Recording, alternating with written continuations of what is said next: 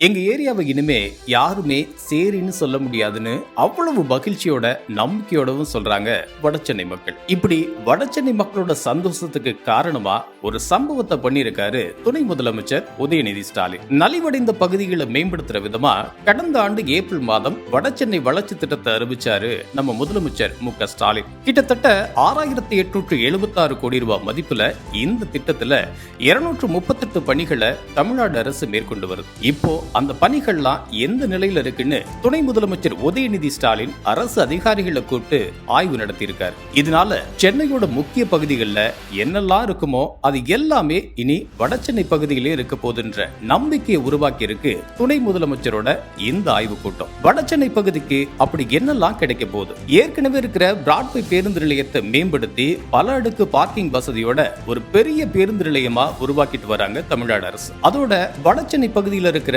ஒட்டுமொத்த பேருந்து நிலையத்தையும் மேம்படுத்தி பல நவீன வசதிகளையும் கொண்டு வர போறாங்க. 823 கோடி ரூபாய் மதிப்புல நடந்துட்டு வர இந்த பணிகள் எல்லாத்தையும் கிட்டத்தட்ட 50% முடிச்சிட்டாங்க.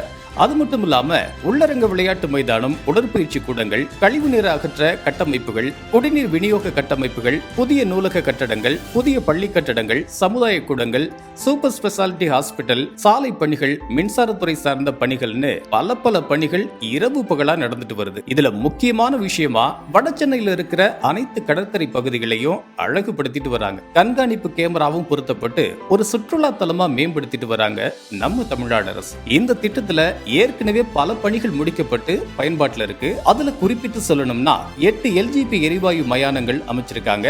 7 இடங்கள்ல விளையாட்டு மைதானங்கள், மறுசீரமைக்கப்பட்ட 3 பூங்காக்கள், மழைநீரை உறிஞ்சக்கூடிய 2 ஸ்பாஞ்ச் பூங்காக்கள், மழைநீர் தடுப்பு பணிகள், ஏரி குளங்களை சீரமைக்கிறது அப்படின்னு சுமார் 775 கோடி மதிப்புல கிட்டத்தட்ட 47 பணிகளை முடிச்சு பயன்பாட்டுக்கு கொண்டு வந்திருக்காங்க. இன்னும் மீதி இருக்கிற வேலையெல்லாம் முடிக்கப்பட்டு பயன்பாட்டுக்கு வர்றப்ப எங்க ஏரியாவிலையும் வெளிநாட்டு கார், வானுயர்ந்த கட்டடங்கள்னு எல்லாம் பார்க்கலாம்னு வடசென்னை வாசிகள் இப்பவே ரொம்ப பெருமையா சொல்றாங்க.